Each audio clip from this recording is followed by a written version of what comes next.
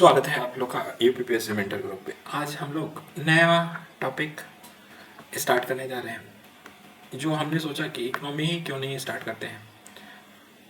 Economy, और आप लोग एक एक घंटा भी टाइम नहीं दे पा रहे हो ना लेक्चर देख पा रहे हो, तो अब ना अजीब सी लेथार्जी आने लगेगा। आप लोग की एक्टिविटी नहीं देख के ये लग रहा है कि क्या किया जाए ना। एक्टिविटी आप लोग की है नहीं अच्छी, और केवल कर्म करने से मतलब ये थोड़ी है कि हम करते जाएं और ख़त्म होता जाए, आप लोग कुछ ना करो। आल्दो देखते हैं कब आप लोग जागते हैं। अर्थव्यवस्था की देखें, अर्थव्यवस्था के बारे में बात करें तो अर्थव्यवस्था क्या है? अर्थव्यवस्था मानव की आर्थिक गतिविधियों का एक संजाल है। सीधी बात है, छोटी सी बात में हम समझें कि मानव की आर्थिक गतिविधियों के संजाल को क्या बोला जाता है? अर्थव्यवस्था होता है। अर्थव्यवस्था दो तरीके के हो सकता है, बंद अर्थव्यवस्था और एक हो सकता है मुक्त या खुला अर्थव्यवस्था। बंद अर्थव्यवस्था का मतलब क्या? जिसमें आयात और निर्यात नहीं हो, मतलब एक्सपोर्ट और इंपोर्ट नहीं हो। मुक्त में क्या कि एक्सपोर्ट और इंपोर्ट पे कोई कंट्रोल ना हो, नियंत्रण नहीं हो। तो ये प्री में पूछ लिया जाता है कि बंद अर्थव्यवस्था का मतलब क्या होता है या मुक्त अर्थव्यवस्था का मतलब क्या है।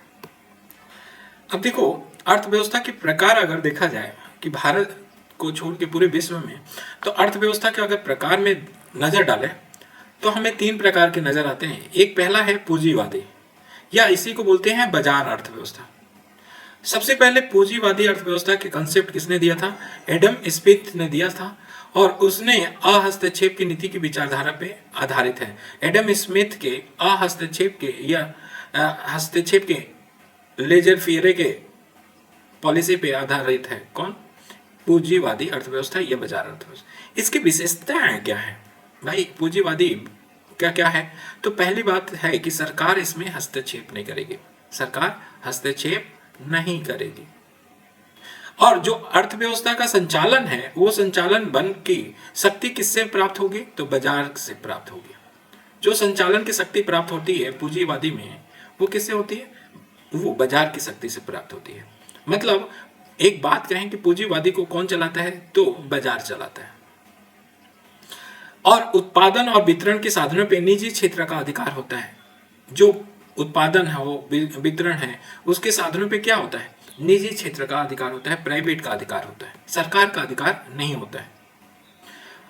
उत्पादन कार्य भी निजी क्षेत्र द्वारा किया जाएगा, और निजी लाभ या निजी संपत्ति अर्जित करने का स्वतंत्रता होता है पूंजीवाद में। सबसे बड़ी बात कि उत्पादन कार्य करेगा कौन? प्राइवेट सेक्टर करेगा, और निजी लाभ के लिए या निजी संपत्ति के लिए ये क्या है? स्वतंत्र है। इसमें उपभोक्ता की स्वतंत्रता अधिकतम सीमित होती है, अधिकतम होती है। उपभोक्ता की स्वतंत्रता क्या होती है? अधिकतम होती है। और पूंजीवादी अर्थव्यवस्था कहाँ देखा जा सकता है? अमेरिका, ब्रिटेन, जापान, जर्मनी, ये सब पूंजीवादी अर्थव्यवस्था है। तो पूंजीवादी अर्थव्यवस्था में क्या है कि पहले सरकार इस पे कोई नियंत्रण नहीं रखेगा, और इसका संचालन, पूंजीवादी अर्थव्यवस्था का संचालन बाजार के शक्तियों के द्वारा होता है। और निजी क्षेत्र उत्पादन भी करता है और डिस्ट्रीब्यूशन भी करता है। निजी क्षेत्र या प्राइवेट क्षेत्र करता है। प्राइवेट सेक्टर हमेशा जानते हो कि लाभ पे काम करता है, और उसकी स्वतंत्रता सुनिश्चित होती है इसमें कि कितना अर्जित करें, वो स्वतंत्र होता है। ऐसा नहीं कि नकेल कसा जाए या सरकार के द्वारा कसा जाए। इसमें उपभोक्ताओं की हित या स्वतंत्रता ज्यादा सुरक्षित होती है, या उपभोक्ता ज्यादा स्वतंत्र होता है इसमें। और पूंजी एवं श्रम की आवाजाही क्या होता है? निर्बाध होता है। और इसका एग्जाम्पल कौन है? अमेरिका है, ब्रिटेन है, जापान है, जर्मनी है। ये जानना जरूरी था। दूसरा आते हैं समाजवादी अर्थव्यवस्था। समाजवादी, ये पूंजीवाद से जो कमियां थी ना, उससे उत्पन्न हुई। जो पूंजीवादी में कमियां दिखी, उससे उत्पन्न हुई। ये विचार, समाजवादी अर्थव्यवस्था के विचार, कार्ल मार्क्स और एंजेल के विचारों का क्या है? द्योतक है। कौन? समाजवादी अर्थव्यवस्था। विशेषताएं क्या है समाजवादी? तो समाजवादी इस पे क्या होता है ना कि एक तरह से देखो क्या होता है कि इसमें हमने पूंजीवादी में बोला क्या? पूंजीवादी में ये बात बोला कि ये इसमें सरकार का कोई, गवर्नमेंट का या सरकार का कोई रोल नहीं होता है। लेकिन समाजवादी में यहाँ पे कौन डोमिनेट होता है? प्राइवेट सेक्टर डोमिनेट होते हैं। समाजवादी में दोनों की बात कहा गया है, प्राइवेट प्लस गवर्नमेंट, दोनों की मिक्स बात होती है समाजवादी में। मतलब कि उत्पादन और वितरण के साधनों पे सरकार का नियंत्रण होता है, जबकि उत्पादन और वितरण के साधनों पे सरकार का नियंत्रण नहीं होता था पूंजीवादी में। और उत्पादन का कार्य सार्वजनिक क्षेत्र द्वारा किया जाता है। तो उत्पादन और वितरण के साधनों पे किसका नियंत्रण होता है? सरकार का नियंत्रण होता है। और उत्पादन का कार्य किसके द्वारा किया जाता है? सरकार के द्वारा या सार्वजनिक क्षेत्र द्वारा किया जाता है। इसमें बाजार की शक्तियों का महत्व नहीं दिया जाता है, जबकि पूंजीवादी में बाजार की शक्तियों के द्वारा ही संचालित होती है। इस अर्थव्यवस्था का निर्देशन सरकार के हस्तक्षेप द्वारा होता है। मतलब इस अर्थव्यवस्था में सरकार क्या कर सकती है? हस्तक्षेप कर सकती है। उत्पादन का उद्देश्य निजी संपत्ति और निजी लाभ अर्जित करना नहीं, बल्कि अधिकतम लोगों का अधिकतम कल्याण सुनिश्चित करना होता है समाजवादी में। उत्पादन का उद्देश्य ये नहीं हो जैसे कि पूंजीवाद में है कि निजी संपत्ति या निजी लाभ अर्जित करना, जैसे पूंजीवाद में। यहाँ पे उत्पादन का मतलब कि अधिकतम लोगों का अधिकतम कल्याण सुनिश्चित करना। और उपभोक्ता की स्वतंत्रता इसमें क्या होती है? सीमित होती है, जबकि पूंजीवाद में हमने क्या कहा? उपभोक्ता की स्वतंत्रता असीमित होती है, बहुत अधिकतम होती है। यहाँ पे श्रम पूंजी की गतिशीलता को नियंत्रित किया जाता है, जबकि वहां पे निर्बाध रूप से गतिशील होता है। किसमें? पूंजीवाद में श्रम और पूंजी का राष्ट्रीय उद्देश्यों के अनुसार संचालित होती है। ये राष्ट्रीय उद्देश्यों के अनुसार संचालित होती है। इसके एग्जाम्पल क्या है? तो चीन में चलता है, क्यूबा में, उत्तर कोरिया इटली आदि देशों में समाजवादी अर्थव्यवस्था है। तीसरा अर्थव्यवस्था आते हैं मिश्रित अर्थव्यवस्था। मिश्रित अर्थव्यवस्था क्या? जो पूंजीवादी और समाजवादी का दोनों का रूप धारण करता हो, दोनों का क्या हो? मिश्रित हो, उसी को क्या बोलते हैं? मिश्रित अर्थव्यवस्था। ये मिश्रित अर्थव्यवस्था का उद्गम अगर देखा जाए तो 1929 में जो महान आर्थिक मंदी आई थी, कौन से? वर्ल्ड वॉर फर्स्ट के बाद, ठीक है, फर्स्ट के बाद ये आया था महान आर्थिक मंदी। तो उस समय इसका कंसेप्ट आया था और जेम किन्स द्वारा 1936 में इसके निम्नलिखित कारण उपाय सुझाए थे। कौन? जेम्स किन मिश्रित अर्थव्यवस्था से जुड़े हुए विद्वान हैं। उन्होंने बताया क्यों, कारण क्या था? महान आर्थिक मंदी में मांग की कमी हो गई थी। मांग की कमी की वजह से उत्पादन में कमी हो गई थी, और उत्पादन की कमी में रोजगार की कमी हो गई और क्रय शक्ति की कमी हो गई थी। जो महान आर्थिक मंदी था उसमें मांग की कमी हो गई। मांग की कमी हो गई तो उत्पादन में कमी हो गया, रोजगार में भी कमी हो गया, क्रय शक्ति में भी कमी था। या हम कहें कि क्रय शक्ति में कमी हो गई तो उसकी वजह से मांग में कमी हो गई, उत्पादन में कमी हो गई, रोजगार में कमी हो गई। तो इस मंदी को दूर करने का उपाय बताया किसने? जेएम किन्स ने, कि मांग में वृद्धि करो। और मांग में वृद्धि करने के बाद उत्पादन में वृद्धि हो गया, रोजगार में वृद्धि हो गया, क्रय शक्ति में वृद्धि हो गया, और इससे आर्थिक मंदी से निकला जा सकता है। तो विशेषताएं क्या थी मिश्रित अर्थव्यवस्था का? तो उत्पादन के साधनों पे ना निजी का प्रभुत्व, ना ही सार्वजनिक क्षेत्र का, ना निजी का ना सरकार का, दोनों का मिक्स होगा। निजी क्षेत्र की भूमिका और दायित्व का निर्धारण, उत्पादन के कुछ क्षेत्र, सार्वजनिक क्षेत्र का अधिकार। मतलब निजी क्षेत्र का भूमिका एवं दायित्व का निर्धारण इसमें किया गया। उत्पादन के कुछ क्षेत्र में सार्वजनिक क्षेत्र का एकाधिकार दिया गया। इसमें उत्पादन के कुछ क्षेत्र निजी और प्लस सार्वजनिक क्षेत्र या कुछ क्षेत्र निजी उद्यमियों के लिए दिया गया। कुछ उत्पादन के कुछ क्षेत्र क्या थे? दोनों मिलकर काम किए, और कुछ क्षेत्र केवल निजी उद्यमियों को दिया गया। बाजार की शक्ति क्रियाशील, लेकिन सरकार का हस्तक्षेप की भी गुंजाइश। इसमें बोला गया कि भाई बाजार की शक्ति पे काम करेगा, लेकिन हो सकता है समय के साथ साथ बाजार में हस्तक्षेप कौन कर सकती है? सरकार कर सकती है। बात समझे इतना? अब नेक्स्ट है कि निजी क्षेत्रों को निजी लाभ कमाने की छूट थी, लेकिन उत्पादन और मुख्य उद्देश्य अधिकतम सामाजिक कल्याण था। उत्पादन का मुख्य उद्देश्य क्या था? अधिकतम सामाजिक कल्याण था। इसमें छूट दिया गया था। संपत्ति के केंद्रीकरण की प्रवृत्ति पर नियंत्रण रखा गया। इसमें नियोजित अर्थव्यवस्था होती थी। राष्ट्रीय उद्देश्यों के अनुरूप संचालन किया जाता था। इसके एग्जाम्पल कौन है? फ्रांस है, भारत है, रूस है, दक्षिण अफ्रीका है। ये सब कैसा अर्थव्यवस्था अपनाए? मिश्रित अर्थव्यवस्था। ठीक। भारतीय अर्थव्यवस्था की विशेषता क्या है, ये पूछ लिया जाए कि भारतीय अर्थव्यवस्था की विशेषता बताइए, तो पहला बताओगे कि निम्न प्रति व्यक्ति आय है। पर कैपिटा इनकम क्या है? कम है। जैसे कि भारत का पर कैपिटा इनकम $2101, जबकि यूएस की प्रति कैपिटा आय देखा जाए तो 34 गुना है, और क्रय शक्ति के आधार पर देखा जाए तो 10 गुना है। प्रति व्यक्ति आय कितना है? भारत के 34 गुना है। भारत में 1980 तक आर्थिक वृद्धि दर कम रहा, 1990 के बाद आर्थिक वृद्धि बढ़ा, ये भी एक बात बता सकते हैं। दूसरा है व्यावसायिक ढांचा देखा जाए इनका, तो प्राथमिक उत्पादन पे ज्यादा आधारित है, जैसे कृषि या प्राकृतिक पे, कृषि वगैरह पे। कृषि में अधिक जनसंख्या है, 47% के करीब। इसका राष्ट्रीय आय में योगदान कितना है? 20%, जीबीए 21 के हिसाब से देखा जाता। तो व्यावसायिक ढांचा क्या? प्राथमिक उत्पादन पे आधारित है। कृषि की व्यवस्था में हमने बताया ना कि पहला क्या हुआ, पर कैपिटा इंडेक्स देखा, निम्न था। उसके बाद व्यावसायिक ढांचा देखा, कृषि पे उत्पादन पे ज्यादा आधारित है, प्राथमिक क्षेत्र पे ज्यादा डिपेंडेंट है, और कृषि पे सबसे ज्यादा अधिक जनसंख्या निर्भर है, लगभग 47%। और इतना जनसंख्या लगभग 50% है, लेकिन देखो जीडीपी में या जीबीए में इसका योगदान कितना है? 20%। तीसरा है बेरोजगारी दर और अल्प बेरोजगारी की स्थितियां। तो गंभीर समस्या है बेरोजगारी की, संरचनात्मक बेरोजगारी पाया जाता है, पूंजी का अभाव है। कृषि में अदृश्य बेरोजगारी देखने को मिलता है, मतलब सीमांत उत्पादन शून्य या नकारात्मक होता है। तो बेरोजगारी और अल्प बेरोजगारी की स्थिति है भारतीय अर्थव्यवस्था में। पूंजी का अभाव है, पूंजी का अभाव है। प्रोफेसर जो कालिन है, उन्होंने कहा कि किसी देश की जनसंख्या में अगर 1% प्रति वर्ष दर से बढ़ती है, तो उस देश के वर्तमान जीवन स्तर को बनाए रखने के लिए कितना निवेश करना पड़ता है? 4% करना पड़ता है।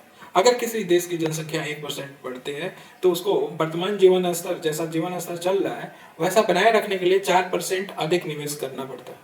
अगर इस दृष्टि से देखा जाए तो भारत को बड़ी बुरी हालत है। कम से कम 6% पूंजी निर्माण की आवश्यकता होगी जितनी जनसंख्या है। 1990 तक पूंजी निर्माण क्या था? बहुत कम था, लेकिन हाल ही के वर्षों में पूंजी निर्माण के दर क्या हो रहा है? उच्च हो रहा है। 2021-22 में आर्थिक समीक्षा के अनुसार सकल नियत पूंजी निर्माण दर प्रचलित मूल्य पे कितना था? 30.6 रहा था 21-22 के समीक्षा का, आर्थिक समीक्षा का। तीसरा क्या? संपत्ति का दोषपूर्ण विवरण। तो आरबीआई के सामयिक रिपोर्ट से देखा जाए तो 10% समृद्ध परिवारों के पास कितना है? 60% कुल संपत्ति का है, और 51% परिवारों के पास मात्र 12% कुल संपत्ति का है। ये ऑक्सफैम के रिपोर्ट भी ये दर्शाता है ना। तो ये बड़ा दिक्कत की बात है। कहने का मतलब क्या कि अभी तक हमने क्या क्या पढ़ा? हमने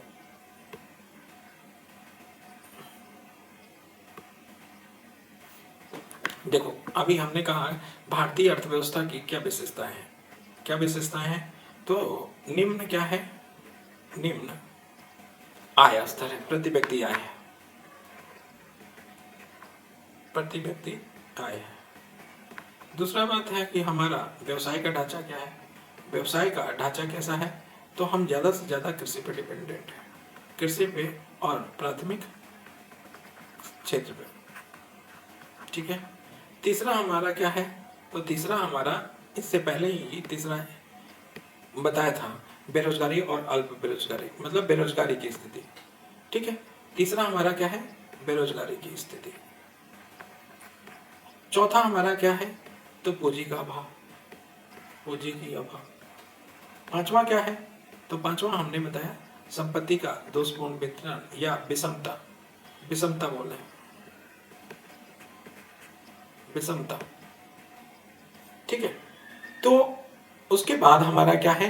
निम्न श्रेणी का मानव पूंजी। जो मानव पूंजी है वो निम्न श्रेणी का। कैसे बोलेंगे? तो भारत में शिक्षा और अनुसंधान पे राष्ट्रीय आय का कितना खर्च होता है? शिक्षा और अनुसंधान पे 3.3% होता है, जबकि यूएस में कितना होता है? 6% होता है। शिक्षा और अनुसंधान दोनों रिसर्च को जोड़ लोगे तो टोटल कितना होता है? 3.3% होता है, जबकि यूएस में कितना होता है? 6% होता है। कौशल विकास की रिपोर्ट अगर देखें तो 59% लोग रोजगार के योग्य हैं, केवल 59%। अर्थात हम कहें कि जो कौशल प्राप्त कर चुके हैं उसमें से 41% ऐसे हैं जो रोजगार के योग्य नहीं पाए गए हैं, ये भी बोल सकते हैं। जनांकीय लक्षण की बात करें तो जनांकीय लक्षण का फायदा उठाने में असक्षम है भारत। निम्न जीवन स्तर है, विकसित देश में 3400 से ज़्यादा कैलोरी की बात होती है, जबकि भारत में 2100 कैलोरी भी बड़ी मुश्किल से मिल पाता है। गरीबी रेखा से नीचे कितने लोग हैं? 21.9% है। तकनीकी का निम्न स्तर का प्रयोग किया जा रहा है, ये भी हमारा एक आर्थिक, देखा जाए तो आर्थिक विशेषता है भारत की। तो भारत की आर्थिक विशेषता में अगर देखा जाए तो हमने क्या बताया, निम्न स्तर के, निम्न क्या है, पर कैपिटा इनकम है, ठीक है। दूसरा हमने क्या बताया कि व्यवसाय ढांचा हमारा या आर्थिक ढांचा किस पर डिपेंड है, तो प्राथमिक और किस पे, तो कृषि पे। तीसरा हमने बताया क्या कि हमारा रोजगार, बेरोजगारी दर। उसके बाद हमने क्या बताया, चौथा पूंजी का अभाव, ये भारतीय अर्थव्यवस्था की कैरेक्टर है, अभाव। फिर हमने चौथा के बाद पांचवा अगर बताएं तो हमारा क्या था, एक मानव पूंजी की अभाव, मानव पूंजी की संसाधन की आधार, कौशल की कमी। फिर हम देखें जनांकीय या डेमोग्राफिक डिविडेंड का लाभ नहीं उठा पाएगा, ऐसा है। निम्न जीवन स्तर है, गरीबी चरम सीमा पे है, गरीबी चरम से है। तकनीकी का निम्न स्तर का प्रयोग किया जा रहा है, तकनीकी में आगे नहीं है। तो ये सारे हैं। अब आर्थिक विकास को प्रभावित करने वाले कारक क्या है? आर्थिक विकास को प्रभावित करने वाले आर्थिक कारक प्राकृतिक संसाधन, मानव संसाधन, पूंजी निर्माण और निवेश और तकनीकी का विकास। हमेशा यही डायमेंशन होगा आर्थिक विकास को प्रभावित करने को। जब भी आर्थिक विकास को बढ़ाना है या घटाना है तो इन्हीं सेक्टर पे हम बात करेंगे। या भारत के आर्थिक विकास को लेकर चुनौतियां क्या हैं, तो इसी सेक्टर पे हम लेके बात करेंगे, डायमेंशन है, ठीक। अब देखो आर्थिक में हमने क्या पढ़ा, इससे पहले जो आर्थिक बताया कि दो पार्ट में बांटेंगे आर्थिक विकास को। आर्थिक कारक में अगर देखा जाए तो इसमें क्या क्या आता था, प्राकृतिक संसाधन, मानव संसाधन, पूंजी निर्माण और निवेश और तकनीकी का विकास। इसके बाद गैर आर्थिक कारक में देखें तो सामाजिक संरचना अर्थात लिंग, जाति, रूढ़िवादिता, ये सब पे भी डिपेंड करता है हमारे आर्थिक विकास। दूसरा मूल्य विकास और धार्मिक आस्था पे भी डिपेंड करता है आर्थिक विकास। राजनीतिक स्थिरता पे भी डिपेंड करता है। प्राकृतिक संसाधन में देखें तो प्राकृतिक संसाधन का दोहन, लेकिन जापान में ऐसा देखा गया कि तकनीकी और श्रम के आधार पर विकास किया। तो प्राकृतिक संसाधन का जितना अच्छा दोहन करेगा तो यही पता चलता है कि वो क्या होगा, विकास करेगा।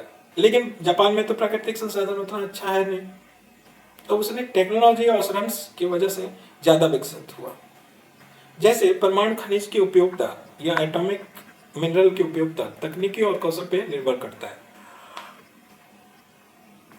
मानव संसाधन की बात करें तो मानव संसाधन जनसंख्या संरचना, शिक्षा, प्रशिक्षण, तकनीकी ज्ञान, आधारभूत संरचना, कार्यशील जनसंख्या आदि पे निर्भर करता है मानव संसाधन।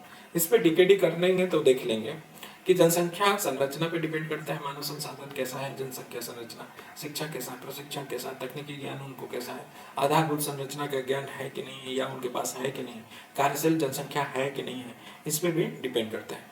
पूंजी निर्माण की बात करें, पूंजी निर्माण कैसे होगा, तो पूंजी निवेश करेंगे तो आधारभूत संरचना, जब पूंजी निवेश करेंगे आधारभूत संरचना में तो आर्थिक वृद्धि होगी। बचत दर विकासशील देश में 5% से कम है, विकसित देश में 15 से अधिक पर हमेशा रहा बचत दर। तो हमेशा बचत दर से अधिक राष्ट्रीय आयोग को जनसंख्या संरचना का उपभोग बचत की प्रवृत्ति, मतलब पूंजी निर्माण करना है तो हमें तो बचत तो करना पड़ेगा। फिर तकनीकी स्तर की बात करें तो तकनीकी प्राकृतिक संसाधनों को दक्षतापूर्ण प्रयोग करती है, लागत को कम करती है, उत्पादन ज्यादा करती है, भुगतान संतुलन बनाए रखती है, इसलिए यूज करना चाहिए। भारत में आर्थिक नियोजन और उद्देश्य और उपलब्धियां, ये हमारा सिलेबस में दिया गया है, ठीक है। अब इस चीज को अगर हमें देखना हो, ये हमारे सिलेबस में भारत में आर्थिक नियोजन और उद्देश्य, उसकी उपलब्धियां क्या है वो दिया गया है सीधे सीधे। तो पहले बात करते हैं कि आर्थिक नियोजन होता क्या है। आर्थिक नियोजन होता क्या है, इकोनॉमिक प्लानिंग होता क्या है। तो देखो, जो किसी देश के जो भी संसाधन हैं, उन संसाधनों के आधार पे एक निर्धारित उद्देश्य की प्राप्ति के लिए जो कार्य किया जाता है, रणनीति तैयार किया जाता है, वही हमारा क्या है, आर्थिक प्लानिंग है, इकोनॉमिक प्लानिंग है। क्या कि जो देश के उपलब्ध साधन हैं उसी के आधार पे उद्देश्य, निर्धारित उद्देश्य की प्राप्ति के लिए जो कार्य या रणनीति तैयार किया जाता है उसको हम आर्थिक नियोजन कहते हैं। ये समझ में आना चाहिए। भारत में अगर देखा जाए तो 1934 में समाजवादी अर्थव्यवस्था की विशेषता बतलाए गए थे। 1934 में बताए गए थे। ठीक है, उद्देश्य क्या है हमारे नियोजन के, तो बड़ा सिंपल है नियोजन के, इकोनॉमिक प्लानिंग के। यहां से हम लोग जो पहले पढ़े थे वो सिलेबस का पार्ट नहीं था, लेकिन जानना जरूरी था। लेकिन ये सिलेबस का पहला पार्ट हम बता रहे हैं। तो आर्थिक नियोजन के क्या है उद्देश्य, तो जीवन स्तर में वृद्धि करना, जितना इंफ्रास्ट्रक्चर है, आधारभूत ढांचा है, उनका विकास करना, औद्योगिकरण करना, कृषि का विकास करना, आजीविका में वृद्धि करना, आर्थिक जितनी विषमताएं हैं उसको कमी करना, सामाजिक सुरक्षा में वृद्धि करना, सामाजिक संरचना का विकास करना, सभी लोगों की भागीदारी बढ़ाना, ये हमारा आर्थिक नियोजन का उद्देश्य रहा है हमेशा। ठीक है, अब आर्थिक नियोजन नहीं चल रहा है, 12वीं के बाद इसको ब्रेक कर दिया गया, लेकिन उद्देश्य यही रहा 12वीं तक। अब जरा सा बात करते हैं कि आर्थिक नियोजन के प्रकार कितने हो सकते हैं। ठीक है, हमने उद्देश्य बड़ा सिंपल वे में देख लिया, और ये जब डीकेडी करेंगे तो वहां पे हम बताएंगे और याद भी करा देंगे। लेकिन आपको यहां समझ में आना चाहिए कि हर एक सेक्टर पे आर्थिक नियोजन में काम किया गया, चाहे जो भी सेक्टर हो। ठीक, अब बात करते हैं कि आर्थिक नियोजन के प्रकार। पहला प्रकार अगर देखा जाए तो साम्यवादी तथा प्रजातांत्रिक नियोजन की बात करता है। पहला साम्यवादी तथा प्रजातांत्रिक नियोजन की, तो ये इसमें क्या किया जाता है, केंद्रीय स्तर पे नियंत्रण रखा जाता है। इस नियोजन में केंद्रीय स्तर पे नियंत्रण रखा जाता है। दूसरा क्या इसमें देखा जाए, दूसरा इसका कैरेक्टरिस्टिक है कि प्रजातांत्रिक सरकार का अस्तित्व नहीं समाजवादी अर्थव्यवस्था में, कि प्रजातांत्रिक सरकार का अस्तित्व नहीं होता है सामाजिक अर्थव्यवस्था में, ये दूसरा कैरेक्टरिस्टिक है। तीसरा क्या, लोकतांत्रिक और बनी हुई सरकार प्रजातांत्रिक नियोजन कहलाती है। मतलब प्रजातांत्रिक नियोजन में सरकार और निजी क्षेत्र का भी नियोजन होता है। इसमें लोकतांत्रिक और बनी हुई सरकार आती है, और प्रजातांत्रिक नियोजन में सरकार के साथ साथ निजी क्षेत्र भी आ जाते हैं। ठीक है ना। अब जरा सा बात करते हैं कि प्रेरणा द्वारा नियोजन या आयोजन या निर्देशात्मक नियोजन तथा आदेशात्मक नियोजन दूसरा प्रकार है। इसको बोलते हैं प्रेरणा द्वारा नियोजन, आयोजन या निर्देशात्मक नियोजन या आदेशात्मक नियोजन क्या होता है। इसमें नाम से पता चल रहा है निर्देशात्मक नियोजन, आदेशात्मक नियोजन, तो सामाजिक आर्थिक विकास के लक्ष्यों को निर्धारित किया जाता है। इसमें लक्ष्यों को क्या किया जाएगा, निर्धारित किया जाएगा, और लक्ष्यों को निर्धारित करके इसको प्राप्त करने की क्या किया जाएगा, प्राप्त करने के लिए प्रयास किया जाएगा, और हर हाल में लक्ष्यों को प्राप्त करना पे बल होता है। इसमें सरकार क्या करती है, सरकार द्वारा कुछ नीतियां बनाई जाएंगी, विकास के लिए लक्ष्य निर्धारित किया जाएगा, और निर्धारित लक्ष्यों की प्राप्ति के लिए हम नीतियां निर्धारित करते हैं। ठीक है, तो लक्ष्यों की प्राप्ति के लिए हम नीतियों के माध्यम से लक्ष्यों को प्राप्त करते हैं। आदेशात्मक नियोजन के लिए कोई आदेश जारी नहीं होता है, बल्कि लक्ष्यों की प्राप्ति के लिए कोई रूढ़ प्रक्रिया नहीं अपनाई जाती, बल्कि लक्ष्यों को गतिशील मानकर इसे प्राप्त करने की कोशिश होती है आदेशात्मक नियोजन के। तो आदेशात्मक नियोजन के लिए कोई आदेश जारी नहीं किया जाता, ऐसा नहीं है कि नाम है तो उससे हो जाए। लक्ष्यों की प्राप्ति के लिए कोई रूढ़ प्रक्रिया न अपनाते हुए, लक्ष्यों के गतिशील मानते हुए, जो लक्ष्य हैं उसको गतिशील मानते हुए इसको प्राप्त करने की कोशिश किया जाता है, वो हमारा आदेशात्मक या निर्देशात्मक नियोजन होता है। एक है तीसरा टाइप का संरचनात्मक और क्रियात्मक नियोजन। आल्दो ये सिलेबस में नहीं दिया गया, लेकिन हम लोग जान लेते हैं, ज्यादा दिमाग पे जोर नहीं देना। तो संरचनात्मक नियोजन क्या है, तो यह उपलब्ध सामाजिक आर्थिक संरचनाओं को बदलाव पे क्या करती है, बल देती है। संरचना से मालूम हो रहा है कि सामाजिक आर्थिक और के संरचनाओं में के बदलाव में क्या करती है, बल देती है। क्रियात्मक नियोजन में क्या होता है कि संरचनाओं में बदलाव की अपेक्षा योजनाओं की क्रियाशीलता पे बल दिया जाता है, बस फर्क यही है।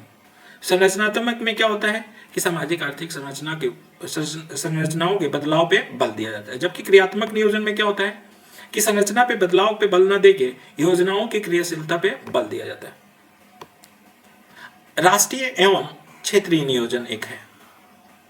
राष्ट्रीय या क्षेत्रीय नियोजन क्या होता है, तो राष्ट्रीय स्तर पे क्या करेंगे, लक्ष्य निर्धारित करेंगे और उसके प्राप्त करने की कोशिश करते हैं, और उसको प्राप्त करने के लिए हम क्या करते हैं, समेकित रूप से योजनाएं चलाते हैं, वो होता है राष्ट्रीय नियोजन। कि राष्ट्रीय स्तर पे क्या करेंगे, एक लक्ष्य निर्धारित करेंगे, लक्ष्य को निर्धारित करके उसको प्राप्त करने की कोशिश करेंगे, तो प्राप्त करने के लिए क्या करेंगे, हम समेकित योजनाओं को चलाएंगे, ये राष्ट्रीय नियोजन होगा। क्षेत्रीय नियोजन क्या होगा, तो क्षेत्र के आधार पे हम क्या करते हैं, नियोजन करते हैं। क्षेत्र के आधार पे उसके पॉजिटिव नेगेटिव ध्यान रखते हुए उसकी योजनाओं को लक्ष्य निर्धारित करते हैं और लक्ष्य को प्राप्त करने की कोशिश करते हैं। क्षेत्र की समस्याओं पे बल देते हैं। राष्ट्रीय नियोजन का हिस्सा भी ये हो सकता है क्षेत्रीय नियोजन। ठीक, अब बात करते हैं निम्न स्तरीय या सूक्ष्म नियोजन या विकेंद्रित नियोजन क्या होता है। निम्न स्तरीय नियोजन, सूक्ष्म नियोजन या विकेंद्रित नियोजन होता क्या है, इस पे टिप्पणी कीजिए। ठीक तो ये नियोजन जो होता है निम्न स्तरीय, ये बहुस्तरीय और बहुआयामी बनाने की प्रक्रिया है। क्यों, हमने कहा था कि ये बात जान लो कि एक होता है क्या, ऊपर केंद्र होता है, बीच में कौन, स्टेट होता है, और यहाँ पे कौन होते हैं, तो यहाँ पे हमारे पंचायत होते हैं। और ये जो क्षेत्रीय नियोजन होता है, क्षेत्रीय नियोजन जो बोला जाता है, स्टेट भी हो सकता है या पंचायत भी हो सकता है। जो सूक्ष्म लेवल पे, अगर तीनों में देखा जाए तो सूक्ष्म लेवल कौन है, पंचायत है, या इसी को हम कहते हैं कि लोकतांत्रिक व्यवस्था, या इसी को कहते हैं विकेंद्रित। तो इसमें बहुस्तरीय होता है, क्योंकि पंचायत एक तो नहीं हो सकते, बहुत स्तर हो सकता है, बहुआयामी हो सकता है। हर एक पंचायत का अपना अपना प्रॉब्लम हो सकता है, अपना अपना सलूशन हो सकता है। निम्न स्तरीय नियोजन के अंतर्गत केंद्र किसको देखता है, राज्य को देखता है, राज्य किसको देखता है, जिला को देखता है, जिला किसको, अनुमंडल को देखता है, अनुमंडल किसको, ब्लॉक को देखता है, ब्लॉक किसको देखता है, ग्राम स्तर पे। इस तरह से ऊपर से नीचे आते हैं। एक हमने तीन ही डिवाइड किया, लेकिन नीचे वाले स्तर पे और भी डिवाइड किया। जिला से नीचे आ गया हम, अनुमंडल, प्रखंड, गांव स्तर पे विकेंद्रित किया जाता है, इसलिए इसको विकेंद्रित योजना किया जाता है, कहा जाता है। भारत में प्रथम पंचवर्षीय योजना से अपनाने पे बल दिया गया था ये निम्न स्तरीय और सूक्ष्म नियोजन या विकेंद्रित नियोजन को। याद होगा कि 1957 में जब हम लोग पॉलिटी पढ़े थे तो बलवंत राय मेहता की अध्यक्षता में एक कमेटी बनी थी, और उन्हीं की सिफारिश पे 73वां और 74वां संविधान संशोधन हुआ था, जिसमें ग्रामीण विकास या स्थानीय स्वशासन की कल्पना की गई थी। तो समिति ने निर्वाचित स्थानीय स्वशासन की स्थापना पे बल दी थी, कौन, बलवंत राय मेहता ने, और पंचायती राज संस्थाओं की स्थापना किया गया था 73वें संविधान संशोधन से। ठीक, अब जरा सा बात करते हैं आगे की कि 1969 में योजना आयोग ने जिला स्तरीय नियोजन की कुछ दिशा निर्देश जारी किया गया। 1969 में जिला स्तरीय नियोजन के लिए एक दिशा निर्देश जारी किया, कौन किया, तो प्लानिंग कमीशन ने किया। और 1997 में दंतेवाला कार्य समिति बनाया गया और उसने प्रखंड स्तरीय नियोजन के लिए कुछ विशेष दिशा निर्देश जारी किया कि भाई ऐसा करना होगा, तुम्हें नियोजन ऐसा करना होगा, प्लानिंग ऐसा करना होगा। दंतेवाला प्रखंड पे, ब्लॉक लेवल पे बताया ये हुआ। तो जिला स्तर पे कौन आया था नियोजन, कुछ सिफारिश दिशा निर्देश दिया था, तो प्लानिंग कमीशन ने दिया था। 1997 में किसने, ब्लॉक स्तर पे नियोजन या प्लानिंग के कुछ दिशा निर्देश दिए थे। और 1978 में अशोक मेहता कमेटी ने त्रिस्तरीय पंचायती राज संस्थाओं की स्थापना के संदर्भ में क्या किया था, रिपोर्ट प्रस्तुत किया था।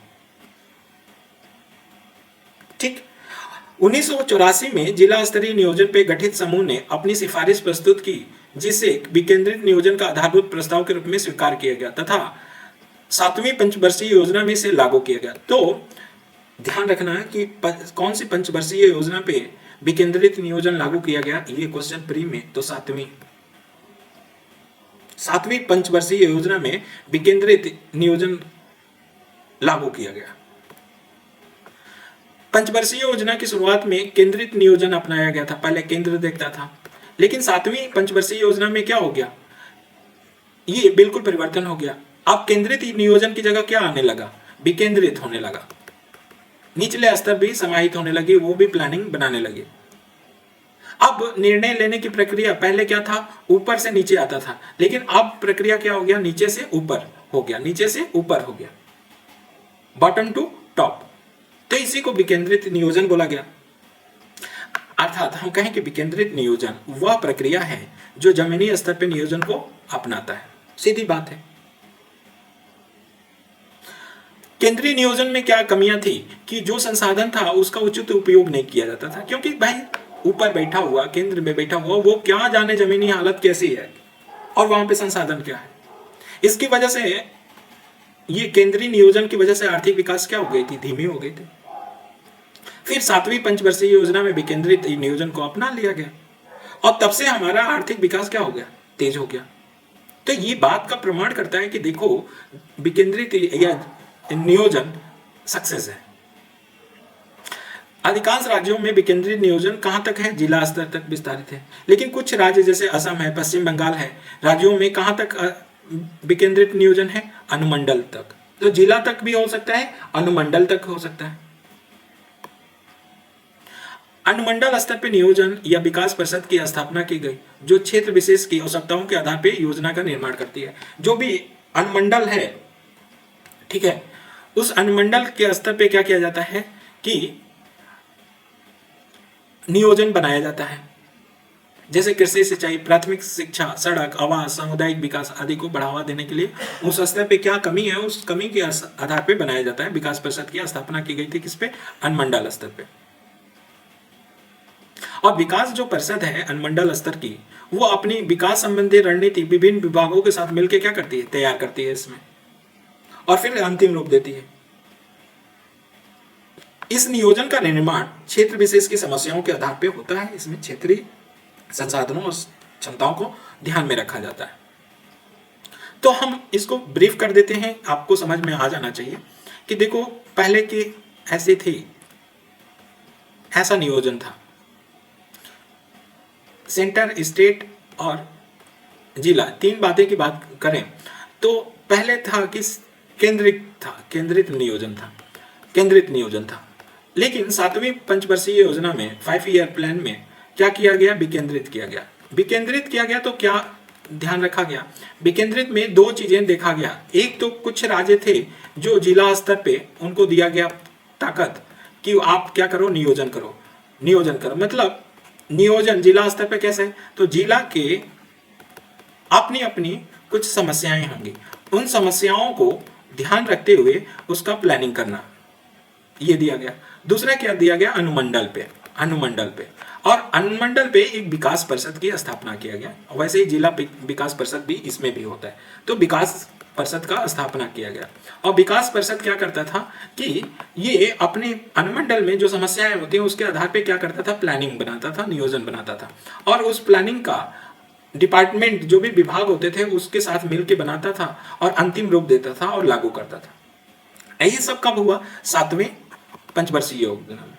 तो ये काम है। विकेंद्रित का मतलब क्या कि निचले स्तर से कोई प्लानिंग बनाया जाए और ऊपरी स्तर तक जाए। पहले वाले में क्या था, कमियां क्या था कि ऊपर से नीचे आता था तो विकास दर कम होता था। क्यों, क्योंकि ये हमेशा बोलता था वन साइज फिट ऑल पे काम करता था।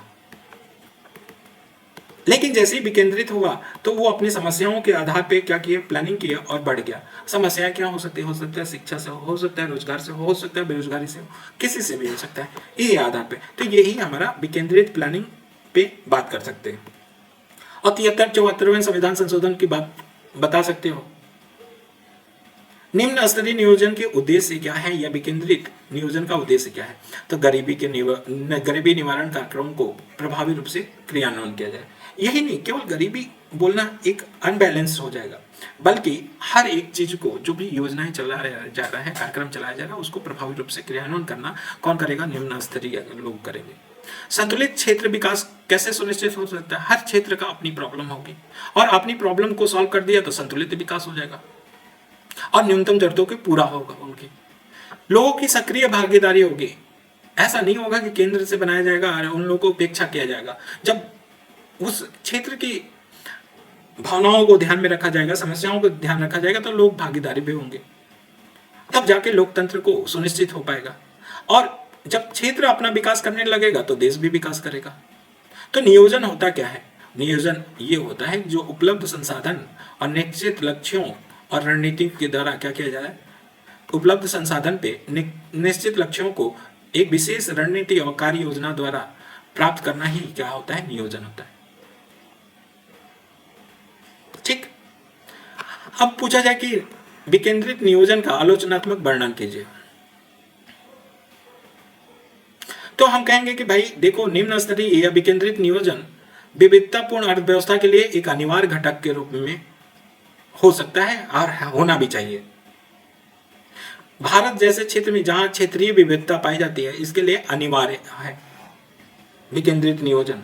क्षेत्र विशेष की समस्या अलग अलग होने के कारण विकेंद्रित नियोजन एक बेहतर रणनीति हो सकती है। लेकिन निम्न स्तरीय नियोजन में नियोजन की जिम्मेदारी उस क्षेत्रीय नियोजन की इकाई पर निर्भर होती है जिसे जन सहभागिता पे बल दिया जाता है। अगर क्षेत्रीय नियोजन इकाई जन सहभागिता को सुनिश्चित ही नहीं कर पाए, तब विकेंद्रित नियोजन अपने लक्ष्यों को प्राप्त करने में क्या हो जाता है, असफल हो जाता है। शिक्षा जागरूकता के अभाव में पिछड़े क्षेत्र में विकास प्रक्रिया क्या हो जाती है, जन सहभागिता आज भी संदिग्ध है। कहने का मतलब सिंपल सी बात है कि विकेंद्रित को होगा क्या, हमने तो बना दिया, 7वीं से बना दिया, लेकिन विकेंद्रित होने का मतलब क्या? विकेंद्रित मतलब कि लोगों की भागीदारी सुनिश्चित करना, लोकतंत्र को सुनिश्चित करना।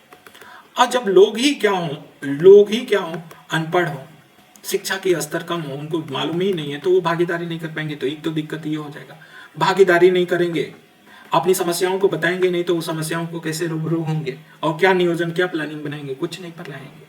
तो लोगों की निष्क्रियता जो है ना, वो सबसे बड़ा रोड़ा है इसमें, यही आलोचना किया जाएगा। ठीक। क्षेत्रीय नियोजन का कदम क्या क्या उठाया गया था क्षेत्रीय नियोजन के लिए? तो इसमें एक क्षेत्र के आर्थिक और राजनीतिक, सामाजिक, सांस्कृतिक हितों को ध्यान में रखकर क्या किया जाता है, नियोजन बनाया जाता है क्षेत्रीय नियोजन में। और क्षेत्रीय नियोजन का मुख्य उद्देश्य क्या होता है, विभिन्न क्षेत्रों का विकास प्रक्रिया वैज्ञानिक समन्वय करना होता है। कि जो भी होता है, अपना क्षेत्र होता है, अपनी क्षेत्र की अपनी समस्याएं होती हैं, हर एक क्षेत्र की समस्याओं के अकॉर्डिंग प्लानिंग हो और उसका इम्प्लीमेंटेशन हो, तो वो विकास करेगा। वो क्षेत्र विकास करेगा तो देश भी विकास करेगा, वो स्टेट भी विकास करेगा। ये ग्राम स्तर की ऊपर की कोई भी क्षेत्र हो सकता है, ग्राम से बड़ा कोई भी क्षेत्र हो, इकाई हो सकता है। क्षेत्रीय नियोजन 2 स्तर पे संचालित किया जा सकता है, अंतरराज्यीय नियोजन या अंतरराज्यीय नियोजन। मतलब एक राज्य के अंदर हो सकता है क्षेत्रीय नियोजन, या हो सकता है कि ये दूसरा राज्य है, इन दोनों के बीच में ये 2 क्षेत्र हैं, ये और ये, इन 2 क्षेत्रों के लिए किया जा सकता है, तो ये अंतरराज्यीय नियोजन होगा। 2 हो सकता है, अंतरराज्यीय और अंतरराज्यीय। पहली और दूसरी पंचवर्षीय योजना में कृषि और उद्योग पे ध्यान दिया गया था, ये मालूम होना चाहिए, या प्री में जब पढ़ेंगे तो बताएंगे। जहां संसाधनों की त्वरित उपलब्धता विद्यमान थी, कृषि और औद्योगिक विकास के कुछ मात्रा को प्राप्त करने के बाद क्षेत्रीय असंतुलन की समस्या आरंभ हो गई। बनाया तो गया था कृषि और औद्योगिक, लेकिन कृषि और औद्योगिक को पहले और दूसरे में देने के बाद हमारे क्षेत्रीय विषमता बढ़ने लगे, क्षेत्र असंतुलित हो गए। उसको संतुलित करने के लिए क्षेत्रीय नियोजन की अनिवार्यता प्रतीत हुई। इसलिए तीसरी जो पंचवर्षीय योजना था, उसमें संतुलित क्षेत्रीय विकास की पहली बार क्या हुआ, अनिवार्य दिखाई दिया कि क्षेत्रीय विकास हो। क्यों? जो पहले और दूसरे पंचवर्षीय योजना से प्रॉब्लम जो क्रिएट हो गई थी 5 ईयर प्लानिंग से, उसको संतुलित करने के लिए तीसरे में अनिवार्य हमको दिखाई देने लगा। फिर क्या हुआ कि महानगर, प्रादेशिक राजधानी, बंदरगाह, प्रगतिशील औद्योगिक केंद्र, तीर्थ स्थल, पर्यटन केंद्र के विकास की योजनाएं तैयार किया गया कि भाई इनको विकास किया जाए, और इसको विकास करने से क्षेत्रीय समस्याएं ठीक हो सकती हैं, इस पे ध्यान दिया गया। फिर बहुउद्देशीय सिंचाई परियोजना लाया गया, जैसे दामोदर घाटी क्षेत्र, दंडकारण्य क्षेत्र, भाखड़ा नंगल क्षेत्र लाया गया, राजस्थान नहर जैसे महत्वपूर्ण कार्य किया गया तीसरे में। लेकिन वो समस्या खत्म नहीं है, तो फिर चौथे पंचवर्षीय योजना में क्या किया गया कि केंद्रीय जो सहायता था मिल रहा था, उसका विस्तार कर दिया गया और राज्यों की जरूरतों के आधार पर नीतियों का निर्माण किया गया कि कौन से राज्य का कौन सी जरूरत है उसके आधार पर निर्माण किया गया। तीसरी में भी हमें क्षेत्रीय संतुलन नहीं मिला, तो चौथे में हमने ये किया कि सहायता की राशि बढ़ा दिया, विस्तार किया और राज्य के आधार पे उसकी जरूरतों के आधार पे क्या किया गया, नीतियां बनाई गई। और अंधाधुंध शहरीकरण का नियंत्रण क्षेत्रीय उपागम से किया गया, जो अंधाधुंध शहरीकरण हो रहा था। फिर इसमें भी सफलता नहीं मिला, तो फिर 5वीं पंचवर्षीय योजना की शुरुआत हुई और ये स्पष्ट हो गया कि क्षेत्रीय विकास की नीतियों को महत्व देकर ही क्षेत्रीय संतुलन समस्या से निपटा जा सकता है। ऐसा नहीं हो सकता कि कुछ भी हम पैसा दे लें या कुछ भी कर लें, कुछ नहीं हो सकता। इसलिए उपलब्ध साधनों की क्या किया गया, सर्वेक्षण कराया गया कि किस क्षेत्र में कौन सा उपलब्ध संसाधन है और उस संसाधन के आधार पर नीतिगत विकास की नीतियां बनाई गई। इसमें कृषि, जल संसाधन विकास करने के उद्देश्य से विशेष क्षेत्र में योजनाएं तैयार किए गए। तो सर्वेक्षण कराया गया संसाधन के, और संसाधन के आधार पर क्या किया जाए, विकास की रणनीतियां हुआ। फिर भी देखो वो कुछ हुआ विकास, लेकिन उतना नहीं हुआ। फिर 6वीं पंचवर्षीय योजना में क्षेत्रीय नियोजन के एक अधिक तीव्र रूपांतरण को अपनाया गया। इसमें क्या किया गया, बहुउद्देशीय जो उपागम है, अप्रोच है, उस पर बल दिया गया। स्थानीय संसाधनों का उपयोग पे विशेष ध्यान केंद्रित किया गया और एकीकृत ग्रामीण विकास कार्यक्रम या IRDP की आरंभ किया गया। किसमें, 6वीं में IRDP, एकीकृत ग्रामीण विकास कार्यक्रम कब चलाया गया, तो 6वीं में। ये प्री का क्वेश्चन। तो फिर 7वीं पंचवर्षीय योजना में देखा गया, मतलब 6वीं में चलाया गया, तो उसकी भाई कुछ हमें पता चला।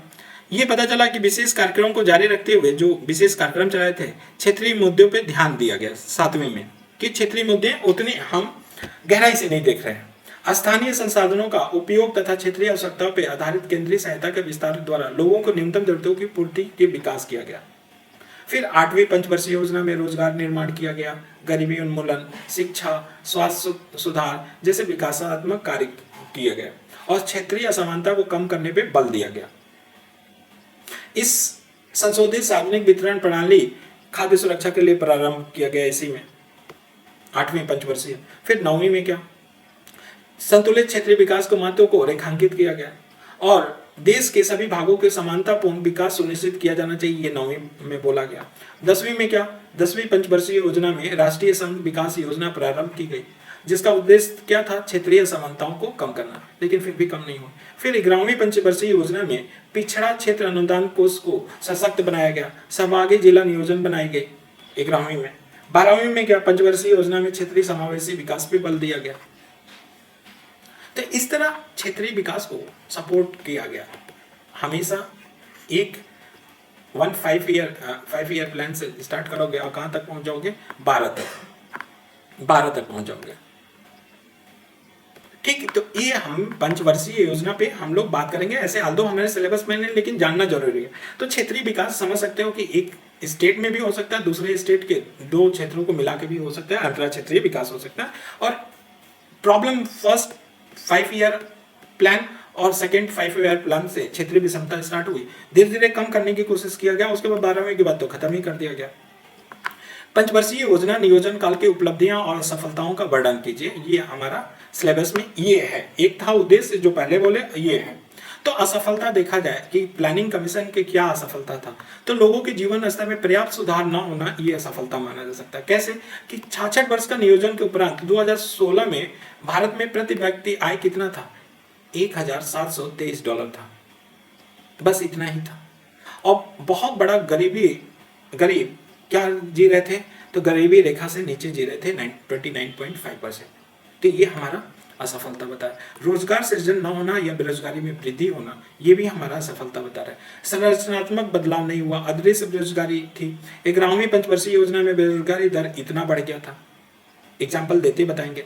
उत्पादन में अपर्याप्त वृद्धि हुआ, गेहूं चावल छोड़ के दलहन तिलहन उत्पादन उस अनुपात में नहीं हुआ था। अगर औद्योगिक क्षेत्र के उत्पादन में क्या रहा, भारत पिछड़ा ही रहा। मैन्युफैक्चरिंग सेक्टर में भी भारत आगे नहीं रहा। मूल वृद्धि की समस्या रही। प्रथम पंचवर्षीय योजना में उच्च मुद्रास्फीति देखा गया, दूसरी तीसरे में मुद्रास्फीति 20% 40% तक पहुंच गया था। 5वीं और 6वीं पंचवर्षीय योजना में देखा जाए तो मुद्रास्फीति 7% के लगभग थी। तो ये असफलता ही था। योजनाओं का कमजोर क्रियान्वयन हुआ था। कैसे? तो भ्रष्टाचार में वृद्धि हुई थी, प्रशासन के क्रियान्वयन में कमी हुई थी, सामाजिक सुरक्षा उपयुक्त नहीं था उस समय। फिर बचत और निवेश में अपर्याप्त वृद्धि थी। जैसे 1980 से 85 तक बचत दर और निवेश में कमी हुई थी और 19 के बाद 90 के बाद सुधार हुआ था बचत और निवेश में। प्रतिकूल भुगतान संतुलन की बात करें या भारतीय मुद्रा के गिरते हुए विनिमय दर की समस्या थी उस समय। क्या उत्पादन के निम्न स्तर की वजह से निर्यात में पर्याप्त वृद्धि नहीं हुई? निर्यात नहीं हुआ। जरूरतें पूर्ति करने के लिए आयात बढ़ता गया, दाल मंगाने लगे हम लोग, बहुत चीजें मंगाने लगे। मुद्रा के विनिमय दर में क्या हुई? गिरावट आई। भारतीय मुद्रा का अवमूल्यन कितनी बार हुआ? 3 बार हुआ। यह हमारा प्रतिभुगतान संतुलन को दिखाता है। 91 में प्रतिकूल भुगतान संतुलन की समस्या तथा विदेशी मुद्रा का भंडार का अभाव हो गया, जिसकी वजह से हम एलपीजी लेके आए। मजबूत आधार की कमी थी। 51% आबादी प्रत्यक्ष रूप से किस पे था? कृषि पे था निर्भर। और प्रत्यक्ष और अप्रत्यक्ष रूप से दोनों देखा जाए तो 90% आबादी किस पे निर्भर था? कृषि पे। और कृषि क्षेत्र का योगदान कितना था? मात्र 14% था। तो ये मजबूत आधार की कमी दिखाता है। औद्योगिक तथा सेवा क्षेत्र में विकास के अनुकूल आधारभूत संरचना का पर्याप्त, आज भी इंफ्रास्ट्रक्चर नहीं है। शिक्षा, स्वास्थ्य और नागरिक सुविधाओं में आवश्यकता के अनुरूप उपलब्ध नहीं हुआ था। तो ये भी एक बात कहा जा सकता है। उपलब्धियां क्या थी?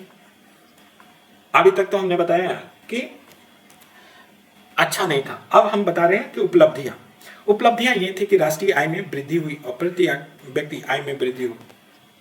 जैसे दुनिया की 6वीं बड़े अर्थव्यवस्था बन गया। अभी भले 5वीं है, लेकिन हम प्लानिंग कमीशन की उपयोगिता और ये बता रहे हैं, तो 6वीं बड़ी अर्थव्यवस्था। जीडीपी कितना था? $2.7 ट्रिलियन के ऊपर हो गया था। क्रय शक्ति के परचेजिंग पावर में देखें तो हम तीसरे स्थान पे हैं। प्रति व्यक्ति आय बढ़ के कितना हो गया था? $1,273 हो गया था। वहीं दूसरा देखें कि पूंजी निर्माण दर में भी वृद्धि हुई थी। तो 1950 से 81 के बीच में देखा जाए तो पूंजी निर्माण दर में क्या हुआ? निर्माण दर में, लेकिन 19 के बाद तीव्र वृद्धि हुई थी। 90 के बाद जब एलपीजी लाए तो ज्यादा तेजी से हुआ।